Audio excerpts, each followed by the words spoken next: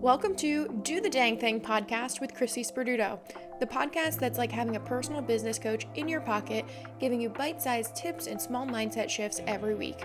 I'm your host, Chrissi Sperduto. I'm a network marketer turned productivity and mindset coach who grew her businesses while holding down a successful career in aviation.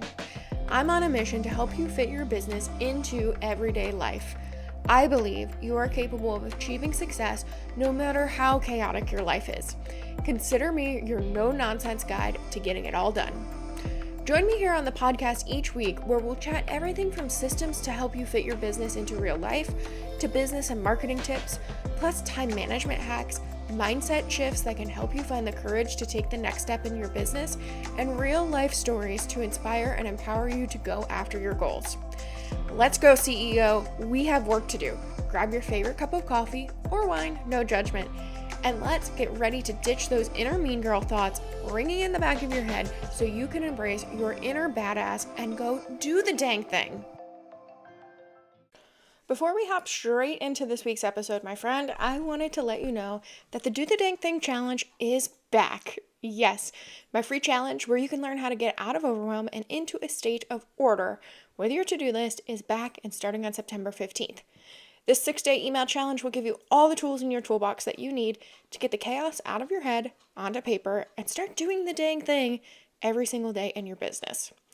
The challenge is going to run between September 15th and 20th with a group chat starting on the 13th and live coaching that is actually open to anyone, even if you're not doing the challenge again, on Thursday, September 19th at 7 p.m. Central Time. And when I ran the challenge last month, the breakthroughs were phenomenal. And I'm already getting feedback from friends that this has changed the way that they operate in their business, and they're feeling a sense of calm and relief. I have watched several challenge goers just kind of pop out of their shell and start doing the dang thing so much more consistently. And I'm so proud of them. And I want this level of transformation for you too. I want you to have a sense of control over your to-do list so you can stop sitting in confusion and start getting to work in your business. Start taking the action and going for it. I have to tell you though, the biggest thing that I got asked for the last time was a workbook. And I love a good workbook. So I was like, absolutely. But as a business owner, I know that there's a fine line between free value and what I should be charging for. So let this be your lesson. You are allowed to charge for things even if it's within a free challenge. So if you also love a workbook and you would like one to go along with this challenge, you can get a workbook this time around by upgrading to VIP. If you did the challenge last time and you want a workbook but don't want to do the challenge again, I can also make that happen. Just let me know. But the workbook is going to be a perfect solution for you if you hate to check your email or if you really just need a little bit more structure. It is going to have every day's prompts and space for you to work through that day's challenge. And it's even going to have a few bonus tips and tricks, some additional mindset shifts for you. And the VIPers are also going to get a bonus live training with me after the challenge to learn how to continue to implement this into their routines. So if you took the challenge last time and you found that you weren't implementing what you learned, I want to invite you to do the challenge again and upgrade to VIP for the extra structure and bonus training with me. If you did the challenge last time and you're like, this would be so beneficial to one of my friends, I want you to invite them to do the challenge alongside of you this time. I had so many people saying, oh my gosh, can my friend join? Can my friend join? And after day one, I was like, nope, no one else can join. I'm just going to run it again next month. So that's why they're so close together. And this will be actually the last time I run it for the rest of the year. So if you've been thinking about hopping in and doing it, just go ahead and grab it. And you can always come back to the challenge later and catch up, even if that particular week isn't ideal for you and your schedule. So, but my friend, you deserve that calm and that relief so you can jump into action in your business and start making progress on your goals. The year's not over yet, my friend. So join us for this challenge and let's start doing the dang thing. Welcome back to Do the Dang Thing podcast. This episode is going to be kind of a hard one for me to record because it is near and dear to my heart. It is one that I also see so many of my friends, so many of my clients struggling with. And it is the fear of not being enough. And you probably know this fear. It may show up as perfectionism.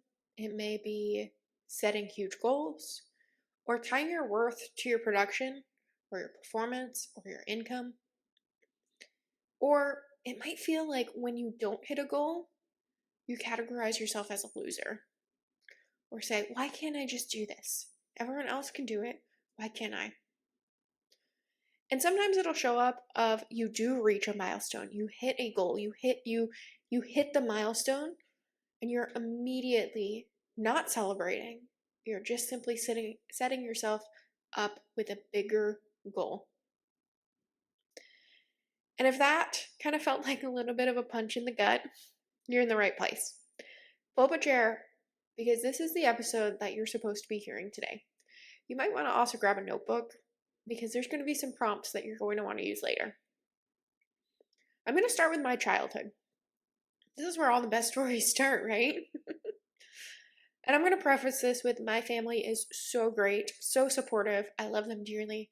We have a great relationship, especially now in adulthood. But growing up, they had high standards. They still have very high standards. They like to live a very specific way. And a lot of praise was tied to performance. So I learned that I was a good kid, a valued member of the family, a productive person in society. If I got good grades, I didn't get in trouble, I kept with the status quo, and I helped around the house. But it also caused me to associate performance with worthiness. The more I performed, the better I did, the more value I had in the world. And I'm here to tell you that you are 100% worthy no matter how much you produce. You have value no matter what. You are intrinsically valuable. Without doing anything today, you have value, you have worth. I want you to stop, rewind that, and listen to that again if you didn't quite get it the first time. Some of the best coaching that I've ever received was around needing to be the best. That's literally the coaching that I sent in was, I feel like I need to be the best. Because remember, I, my entire life, tied my performance to my worthiness as a human.